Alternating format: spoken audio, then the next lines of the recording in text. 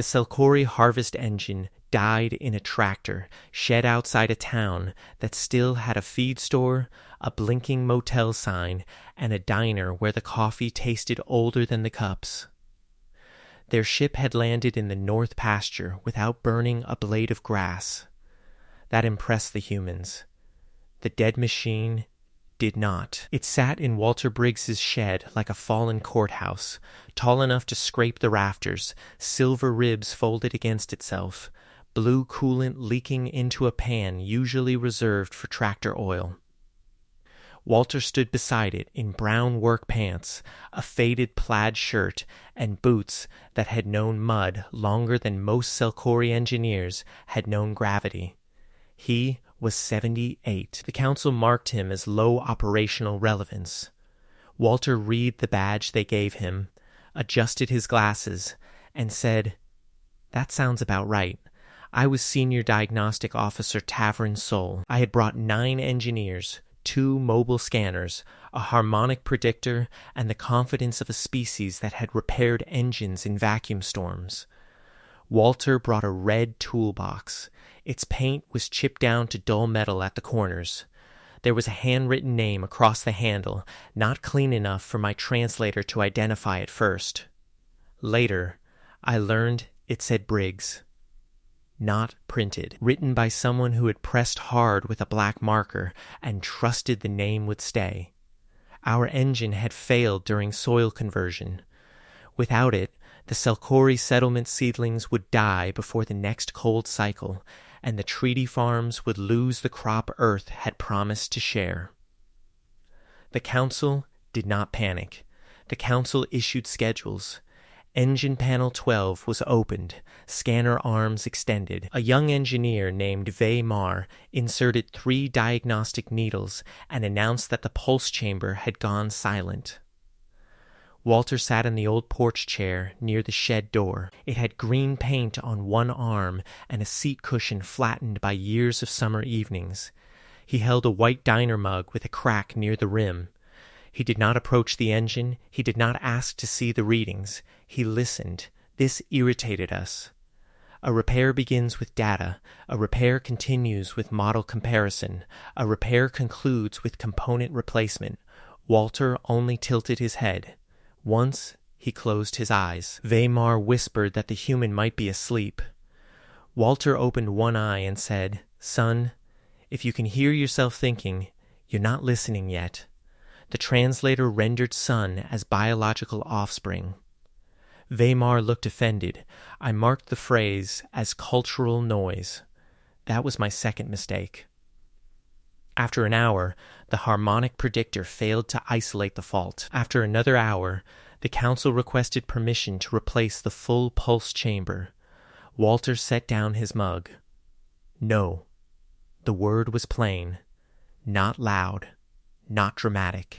Just the kind of no a person uses when a bolt is about to strip and everyone else is still turning. The council asked him to clarify. Walter walked to the engine and placed one weathered hand against the lowest silver rib. His fingers were thick at the knuckles. There was dark grease under one nail that no washing had fully persuaded. He tapped the engine once, then again. Then he opened the red toolbox. Inside were tools that looked embarrassing beside Selkori equipment. A wooden-handled screwdriver, a socket wrench with tape around the grip, pliers darkened by old work, a folded shop rag, a faded photograph tucked into the lid with yellowing tape. It showed a younger Walter standing beside a green tractor with a woman in sunglasses leaning against the tire, laughing at something outside the frame. Walter touched the photograph with 2 fingers before taking the screwdriver. I thought it was sentiment. It was calibration. He placed the metal end of the screwdriver against the engine casing and the handle against his ear. Every Selkori engineer stopped moving. Our scanners saw nothing. Walter listened to the dead machine through a tool older than half the shed. "There," he said. No one else heard it. The engine was silent. Walter moved the screwdriver from rib to rib. "Not dead," he said, embarrassed. The translator stalled on that word. Machines do not feel embarrassment. Walter pointed to the lower vibration cage. You keep asking it to start from the top. Weimar said the startup sequence was mathematically optimal. Walter nodded. Sure. For a new machine. He tapped the side panel with 2 fingers. This one's tired. The Silcori Council disliked that sentence. They disliked the idea of fatigue in engineered systems. They disliked, even more, that Walter said it with kindness. He asked for a wrench. Weimar offered a torque wand. Walter declined. He used the taped socket wrench from his toolbox and waited between each turn. Not because he was weak, because he was listening for the metal to answer. A tractor, he explained, will tell you when it wants another quarter turn. The translator asked whether tractors were verbal. Walter smiled at the engine. Most honest things aren't. The failed component was not the pulse chamber. It was a small balancing pin hidden behind a shield our diagrams labeled permanent. Permanent means not intended for removal. Humans have another word for that. Stuck. Walter found it because the machine made a faint, uneven tremor after each false startup. Our scanners filtered the tremor as shed noise, wind against tin, old boards settling, a loose chain near the west wall. Walter had spent 50 years hearing the difference between a loose chain and a dying engine. He asked for silence. The council began to object. I raised one hand. I do not know why. Maybe because the seedlings outside were curling at the edges. Maybe because the old man had not rushed once, and every fast thing we had done had failed. Walter removed the pin. It was bent by less than the width of a fingernail. Weimar stared at it. Our instruments missed that. Walter wiped the pin on his shop rag. Your instruments were in a hurry. Walter did not replace the pin. He straightened it. That caused visible discomfort among my engineers. Replacement is clean. Repair is intimate. He heated the pin with a Silcori thermal line, cooled it in a coffee can of rainwater by the shed door, then rolled it under his palm on the wooden workbench. Slowly. Again. Again. The old wood carried scars from lawnmower blades, tractor parts, and one small burn shaped like a crescent.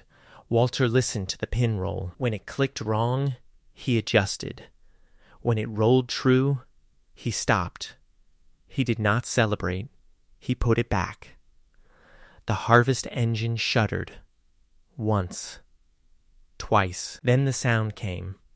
Low. Uneven. Alive in a way our machines were not supposed to be alive. Outside, the settlement lights brightened across the pasture. In the seed trays, the curled leaves lifted. Weimar stepped backward until he touched the shed wall. Walter put the screwdriver back in the red toolbox and closed the lid. Not with pride, with care. The official report states that a local human technician assisted in field repair. That is not accurate. Walter Briggs did not assist. He waited long enough to hear what we had trained ourselves to ignore. The council requested his method. Walter gave them a page torn from an old farm notebook. The handwriting leaned to the right. Listen first. Don't force the cold part. Old machines lie if you scare them. Put back what can still serve. Weimar asked if these were engineering principles. Walter looked toward the faded photograph inside the toolbox lid. No, he said, just things my wife got tired of telling me twice. The translator did not know where to place the grief in that sentence. Neither did I. Before departure, the council removed Walter's low relevance badge. They offered him a consultant rank. He asked if it came with health insurance. No one laughed until Walter did. Then the shed sounded different, less like a failed repair site. More like a place where strangers had finally been allowed to be foolish together. The Silcori built a new maintenance bay beside the treaty farms. It is clean, silver, temperature-controlled, and too bright. At Walter's request, one corner remains unfinished. Wooden bench. Tin wall. A hook for a shop rag. A shelf for a cracked white diner mug. The red toolbox sits beneath the first alien harvest engine repaired on Earth. No one opens it without asking. Weimar teaches young engineers there now. He still uses scanners. He also makes them stand quietly for a full minute before touching any machine. Some complain. He tells them the old human word. Listen, Walter does not visit often anymore. His porch chair is usually empty in the late afternoon. The engine in the bay still runs with the straightened pin. Sometimes, when the room is quiet enough, it makes a small, uneven hum before settling into rhythm. The young engineers say it is a minor vibration artifact. Weimar says no. He says the machine is clearing its throat. Then he places one gloved hand on the red toolbox, waits, and lets the old sound finish. Have you ever seen someone's experience and patience achieve what machines or young hands could not?